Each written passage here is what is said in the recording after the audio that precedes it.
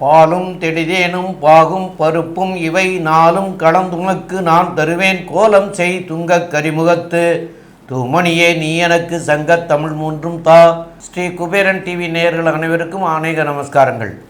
குரோதி வருஷம் பங்குனி மாத பலன்களை பார்ப்பதற்காக அடியேன் சக்தி சுவாமியாகிய நானும் டாக்டர் ஹரிஹர சர்மா ஐயா அவர்களும் ஆஸ்ட்ரோ கே.எஸ். ஐயங்கார் அவர்களும் வந்திருக்கின்றோம். இந்த மாதத்தினுடைய கிரகங்கள் கோச்சார் நிலை எப்படி இருக்குங்கிற விவரத்தையும் இந்த மாதத்தில் என்னென்ன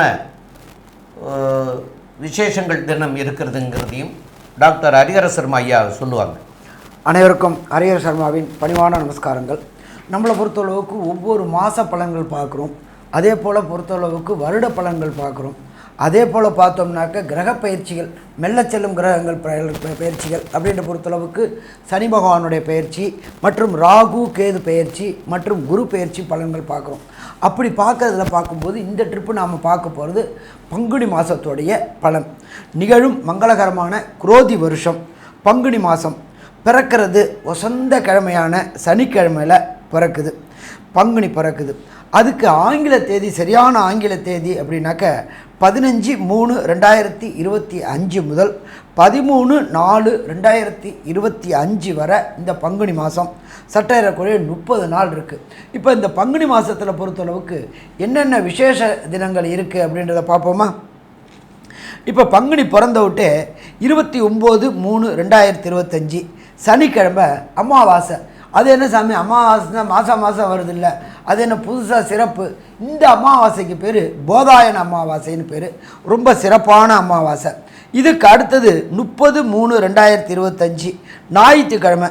நம்மளை பொறுத்தளவுக்கு நம்மளுடைய சகோதரர்கள் பக்கத்தில் உள்ள அண்டை மாநிலமான தெலுங்கானா மற்றும் ஆந்திர சேர்ந்த மக்கள், தெலுங்கு மக்கள் கொண்டாடக்கூடிய யுகாதி பண்டிகை. எப்பொழுதுமே பார்த்தோம் அப்படின்னாக்க எல்லா இடத்துலையுமே தெலுங்கு மக்கள் வியாபிச்சிருக்கிறாங்க. அவங்க கொண்டாடக்கூடிய யுகாதி பண்டிகை அல்லது தெலுங்கு வருட பிறப்பு அப்படின்னு சொல்லுவோம். அதுக்கு அடுத்தது பார்த்தோம்னாக்க 11/4/2025 பங்குனி உத்திரம். எம்பெருமான் முருகப்பெருமானுக்கு விசேஷமான தினம் பங்குனி உத்திரம். அதுக்கு அடுத்தது பார்த்தோம்னாக்க 12/4/2025 பௌர்ணமி தினம். எப்பொழுதுமே பொறுத்தளவுக்கு இந்த பங்குனியில் வர பௌர்ணமிக்கு ரொம்ப விசேஷமான பௌர்ணமி தினம். அதுக்கு அடுத்தது பார்த்தோம் அப்படின்னாக்க 12/4. அடுத்தது பார்த்தோம்னாக்க அதுக்கு அடுத்தது வருட பிறப்பு பிறந்துருது. ஆனால் இதுக்கு நடுப்புற பார்த்தோம்னாக்க 6/4/2025 அன்னைக்கு ஸ்ரீ ராமநவமி, இந்த ராமஜன்ம நவமி. இத்தனை மற்ற விசேஷங்கள் கொண்ட இந்த பங்குனி மாதம் பிறக்குது. இந்த பங்குனி மாதத்தில் என்னென்ன கிரகங்கள் எந்தெந்த ராசி கட்டத்தில் இருக்காங்க அப்படின்றத பார்ப்போமா? காலபுருஷ தத்துவத்தின்படி 2வது ராசியான ரிஷப ராசியில் குரு பகவானும், 3வது ராசியான மிதுன ராசியில் செவ்வாய் பகவானும், அடுத்தது காலபுருஷ தத்துவத்தின்படி 6ஆம் இடமான கன்னியில் கேது பகவானும், காலபுருஷ தத்துவத்தின்படி 11ஆம் இடமான கும்பத்தில் சனி பகவானும் புத பகவானும் இருக்காங்க. அதுக்கு அடுத்தது பார்த்தோம்னாக்க மீனராசி, காலபுருஷத்தின்படி 12ஆம் ராசியான மீனராசி.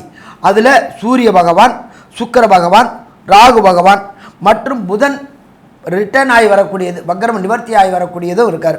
இப்படியேற்பட்ட வசந்த மாதமான பங்குனி மாதத்தில் என்னென்ன நற்பலன்கள் என்னென்ன கெடுபலன்கள் ஒவ்வொரு ராசிக்கும், மேஷம் முதல் மீனம் வரை ஒவ்வொரு ராசிக்கும் என்னென்ன நற்பலன்கள் என்னென்ன கெடுபலன்கள் இருக்கின்றத விரிவாக பார்ப்போமா? இந்த பங்குனி மாதத்தில் பார்த்தலையானால் குரோதி வருஷத்தில் சனி ஆட்சி பெற்று மூல திரிகோணம் வீடான கும்பத்தில் இருக்கார்.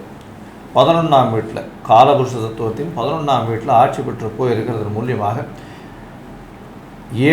ஏழை தட்டு மக்களுக்கெல்லாம் சட்டத்திட்டங்கள் கொஞ்சம் அதிகமாக இருக்கக்கூடிய காலகட்டமாக அமைய போகுது.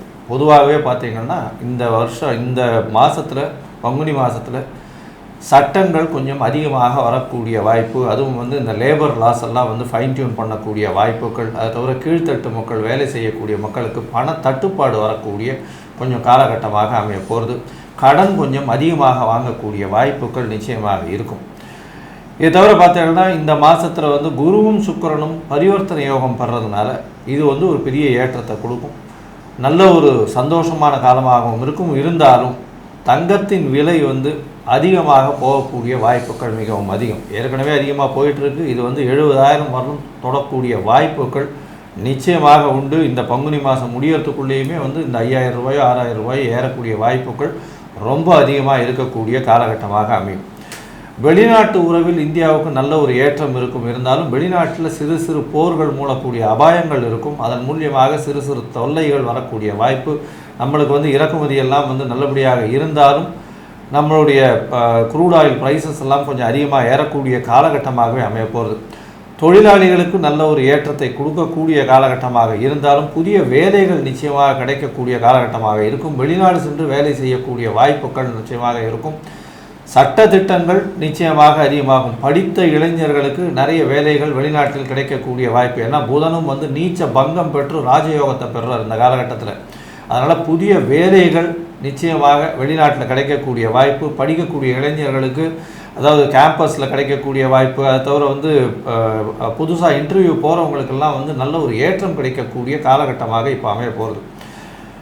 மக்களுக்கு பொதுவாக பார்த்தலையானால் அமைதி இருக்கும். இருந்தாலும் போராளிகள் உருவாகக்கூடிய வாய்ப்புகள் அதிகம். ஏன்னா சனி வந்து ஆட்சி பெற்று போய் கும்பராசியிலேயே இருக்கிறதுனால கண்டிப்பாக போராளி குணங்கள், அரசாங்கத்தை எதிர்த்து நிறைய துவேஷங்கள், இந்த மாதிரியான விஷயங்கள்லாம் வரக்கூடிய வாய்ப்புகள் இந்த மாதத்தில் கொஞ்சம் அதிகமாகவே இருக்கும். ஏழை விவசாயிகள், விவசாயம் பண்ணுறவங்களுக்கெல்லாம் சற்று பின்னடைவு ஏற்படக்கூடிய வாய்ப்புகள் உண்டு. அவர்களுடைய பொருட்கள், விளைநிலத்தின் பொருட்கள் வந்து அந்த அளவு விலை போகக்கூடிய வாய்ப்புகள் இருக்காது. ஸோ இந்த பங்குனி மாதத்தில் சற்று பொறுமையாக இருந்து தான் நம்ம எப்படி இருக்குது அப்படின்றத பார்க்கணும். இப்போ ஒரு ராசியாக மேஷம் முதல் மீனம் வரை என்னென்ன ஏற்றங்கள் இருக்குது, மாற்றங்கள் இருக்குது அப்படின்றத வந்து ஒன்று ஒன்றா பார்க்கலாம். மீனம், புரட்டாதி, உத்திரட்டாதி, ரேவதி இந்த 3 நட்சத்திரம் 9 பாதங்களை கொண்ட ராசி. ராசியின் அதிபதினு சொல்லக்கூடியவரே குரு. இந்த பங்குனி மாதத்தில் பார்த்தோம்னா பெரிய விசேஷம் என்ன அப்படின்னா, குரு 3ஆம் இடத்திலிருந்து பரிவர்த்தனை யோகம் பெற்று வரார். அதாவது 3ஆம் இடத்தின் அதிபதி ராசியிலும் ராசியின் அதிபதி 3ஆம் இடத்திலும் இருந்து ராசி பரிவர்த்தனை இருக்கிறது பெரிய ஏற்றத்தை கொடுக்கக்கூடிய காலகட்டம். சுக்கிரனும் குருவும் பரிவர்த்தனை யோகம் பெறுறது பெரிய ஏற்றத்தை கொடுக்கக்கூடிய காலகட்டம். இதனால் என்ன அப்படின்னா, உங்களுடைய முயற்சிகள் நிச்சயமாக வெற்றியடையும். அதை தவிர நீங்கள் சிந்திக்கக்கூடிய விஷயங்கள் எல்லாமே கைகூடக்கூடிய வாய்ப்புகள் நிச்சயமாக உண்டு. இந்த காலகட்டத்தில் பார்த்தலையானா உங்களுடைய ராசிக்கு 3ஆம் இடத்துல இருக்கக்கூடிய குரு உங்களுடைய ராசிக்கு 7ஆம் இடத்தையும் பார்க்கறது பெரிய விசேஷம். இதன் மூலியமாக திருமண பிராப்திக்கு பார்த்து கொண்டிருப்பவர்களுக்கு நல்ல ஒரு ஏற்றமான காலம். தந்தையின் உடல்நிலையில் நல்ல ஒரு ஏற்றம் இருக்கக்கூடிய காலகட்டம். வெளிநாட்டு பயணங்கள் மேற்கொள்ளக்கூடிய காலகட்டமாக படிக்கக்கூடிய மாணவர்களுக்கு நிச்சயமாக அமையும். படிப்பு விஷயமாக வெளிநாடு போகக்கூடிய பாக்கியம் நிச்சயமாக வந்து சேரும். இதோட பார்த்தாலேயானால் உங்களுடைய ராசிக்கு புதுசாக அதாவது வேலை மாற்றங்கள் பார்த்துட்டு இருந்தீங்கன்னா கண்டிப்பாக அதுவும் வந்து அரசாங்கம் தொடர்பாக வேலையில் வரணும் அப்படின்னு பார்த்துட்டு இருந்தீங்கன்னா இந்த காலகட்டத்தில் அரசாங்க வேலைகள் கிடைக்கக்கூடிய வாய்ப்புகள் நிச்சயமாக கிடைக்கும். உங்களுடைய ராசிக்கு பார்த்தாலேயானால் தாயின் உடல்நிலையில் சற்று பின்னடைவு இருந்தாலும் இமிடியேட்டாக வந்து நல்ல ஒரு ஏற்றம் கிடைக்கும். அதாவது பின்னடைவு இருந்தாலும் ரொம்ப பின்னடைவு இருக்காது. அதை தவிர வந்து ஏறி வந்துடக்கூடிய வாய்ப்புகள் உண்டு. புதிய வீடு மனை வாங்கக்கூடிய பாக்கியங்கள் நிச்சயமாக இருக்கும். அது தவிர திருமணத்துக்கு பார்த்து கொண்டிருப்பவர்களுக்கு திருமண பாக்கியம் நிச்சயமாக வந்தாச்சு. பணம் வரக்கூடிய வாய்ப்புகள் மிகவும் அதிகம். அது தவிர வந்து செய்யக்கூடிய தொழிலில் பெரிய ஏற்றம் கிடைக்கக்கூடிய வாய்ப்புகள் நிச்சயமாக உண்டு. மூத்த சகோதர சகோதரிகள் மூலியமாக ஏற்றம் கிடைக்கக்கூடிய காலகட்டமாக இந்த மாதம் அமைப்போம். பொதுவாகவே இந்த மாத கிரகங்கள்னு சொல்லக்கூடிய சூரியன், செவ்வாய், புதன் மற்றும் சுக்கிரன் இந்த 4 கிரகங்களும் எந்த மாதிரியான மாற்றங்களை நிகழ்த்துறது அப்படின்றத வச்சு தான் வந்து இந்த மாத பலன்களை சொல்லுவோம். இந்த மாதத்தில் வந்து இந்த செவ்வாயினுடைய மாற்றம், சூரியனுடைய ஏற்றம் உங்களுடைய ராசியிலே இருக்கிறதுனால என்ன ஒரு விளைவுகளை ஏற்படுத்தும் அப்படின்றத பற்றி ஐயா ஹரிஹர சர்மா கிட்ட கேட்போம். ஐயா நல்லா அற்புதமாக சொன்னீங்க. மீனம்னாலே குருனாலே பிரகஸ்பதி, அதுவும் சுபகிரகங்கள். அவர் இருக்கிற இடம் இன்னொரு அசுர குருவான சுக்கிரனோட வீட்டில் இருந்துக்கிட்டு 2 பேரும் பரிவர்த்தனை யோகம் பெற்றிருக்கிறாங்க. அதுலேயும் பார்த்தோம்னா அந்த பரிவர்த்தனை யோகத்துலேயும் பார்த்தாக்க உங்களுக்கு உண்டான 4க்கும் 7க்கும் உடைய புத பகவானும் நீச்சம் அடைஞ்சு நீச்ச பங்கம் ஆகியிருக்காங்க. அப்போ தொட்டதெல்லாமே பொன்னாகக்கூடிய காலகட்டங்கள். என்ன ஒன்று அப்படின்னாக்கா ஏழரை சனி விரயச்சனி நடந்துட்டுருக்கு. அது ஒவ்வொரு ஏஜ் கிரைட்டீரியாவுக்கு ஒன்று கொடுக்கும். ஆனாலும் இந்த பொறுத்தளவுக்கு 2வது ரவுண்டாக இருக்கிறவங்களுக்கு சுப விரயங்கள்னால் குழந்தைகளை ஸ்கூலுக்கு சேர்க்கறது, காலேஜ் சேர்க்கறது, வண்டி வாகனம் வீடு வாங்கிறது, இதை மாதிரி சுப விரயங்களை கொடுக்கக்கூடிய காலகட்டங்கள். இருந்தாலும் உடல் நலத்தில் கொஞ்சம் சற்று கவனம் இருக்க வேண்டியிருக்கு. ஏன்னா ஆட்சி பெற்ற சனியாக இருக்கிறாரு. அதனால் கொஞ்சம் உடல் நலத்தில் கவனமாக இருக்கணும். இதை தவிர பார்த்தோம் அப்படின்னாக்க உங்களுடைய நீண்ட நாட்களாக மீனராசியை சேர்ந்த திருமணமான தம்பதிகளுக்கு வம்சம் விருத்தி என்கின்ற குழந்தை பிராப்தி கிடைக்கக்கூடிய காலகட்டங்களும் இது. நீண்ட நாட்களாக திருமணம் தடையும் தாமதமும் ஏற்பட்டுக்கிட்டே இருந்துச்சு. ஏன் தெரில சாமி எனக்கு திருமணம் தடை ஆகிட்டே இருக்குது அப்படின்னு நினைக்கக்கூடிய மீனராசி என்பவர்களுக்கு கண்டிப்பாக இந்த பங்குனி மாதத்தில் நிச்சயதார்த்தம் ஏற்பாடு பண்ணக்கூடிய காலகட்டங்கள் உண்டு. வருகின்ற 2025ஆம் ஆண்டு எண்டுக்குள்ளார திருமணமாகக்கூடிய பாக்கியமும் உண்டு. அதே போல் பிஸ்னஸ் செய்யக்கூடியவர்களுக்கு, தொழில் செய்யக்கூடியவங்களுக்கு 10ஆம் அதிபதியான குரு பகவானே 3ஆம் இடத்துல இருக்கிறதுனால இந்த ஊக வணிகம் ஏதாவது செய்து ட்ரேடிங்கு, ஸ்பெக்குலேஷன்ஸு, லாட்ரி, ரேஸு செய்யக்கூடிய தொழிலருக்கு பணம் கொட்டக்கூடிய வாய்ப்புகள் உண்டு. ராசியில் உண்டான ராகு பகவான் குரு பகவானுடைய வேலையை செய்ததுனால கோதண்ட ராகுவாக ஆனதினால் வெளியூர், வெளிமாநிலம், வெளிநாடு சென்று வியாபாரத்தை விஸ்தீரணம் பண்ணக்கூடிய வாய்ப்புகள் உண்டு. அந்நிய மதம், அந்நிய மொழி பேசக்கூடியவங்களோட பங்கு கிடைச்சி அங்கே உங்களுடைய வியாபாரத்தை விஸ்தீரித்தம் பண்ணி அந்நிய டாலர்களும் இதுவும் கொட்டக்கூடிய வாய்ப்புகள் உண்டு. மொத்தத்தில் பார்த்தோம் அப்படின்னா மீனராசி என்பவர்களுக்கு இந்த பங்குனி மாதம் ஆனந்தமான அற்புதமான மாதம்னு சொல்லலாம். இருந்தாலும் ஒரு சில அன்பர்களுக்கு ஒரு சில நாட்கள் தவிர்க்க வேண்டிய காலகட்டம் என்று வரும். அதன் பெயர் சந்திராசிரம தினம் என்று பெயர். உங்களுடைய ஜனன சந்திரனுக்கு கோச்சார சந்திரன் 8ஆம் இடத்தில் வரும்பொழுது மனோகாரனான சந்திரன் புத்தி பேதலிப்பதனால் ஒரு சில புதிய காரியங்களை தொடங்கதை தவிர்க்கக்கூடிய நாள். அது என்னென்ன நாள் என்பதை நமது ஐயா சக்தி சோமையா அவர்கள் சொல்வார்கள்.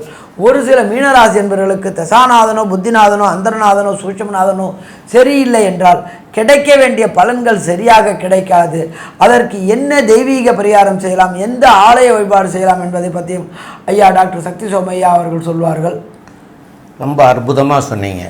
அதாவது மீனராசிக்காரர்களுக்கு சந்திரன் 8ஆம் இடத்துல சஞ்சரிக்கிற காலத்தை சந்திராஷ்டம தினம் அப்படின்னு சொல்லுவோம்.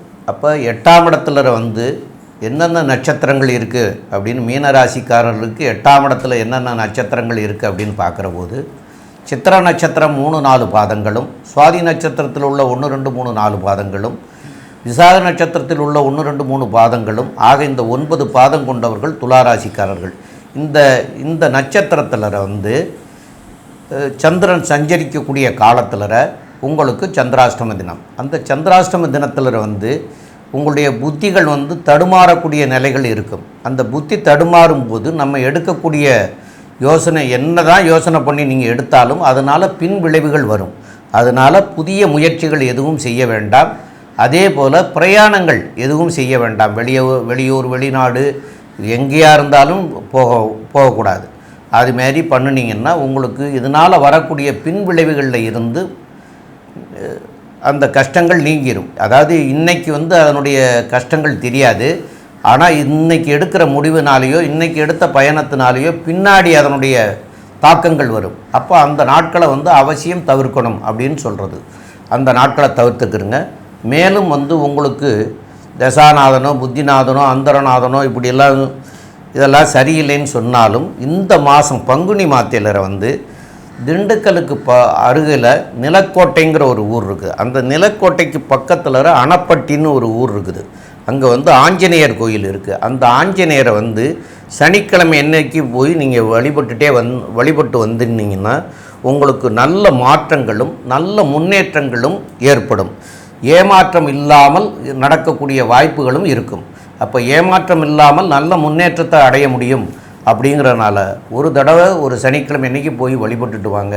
கண்டிப்பாக சிறப்பாகவும் சால சிறந்ததாகவும் இருக்கும். மேலும் ஐயா டாக்டர் கே.எஸ். ஐயங்கார் அவங்க சொல்லுவாங்க. ஐயா அற்புதமாக சொன்னீங்க.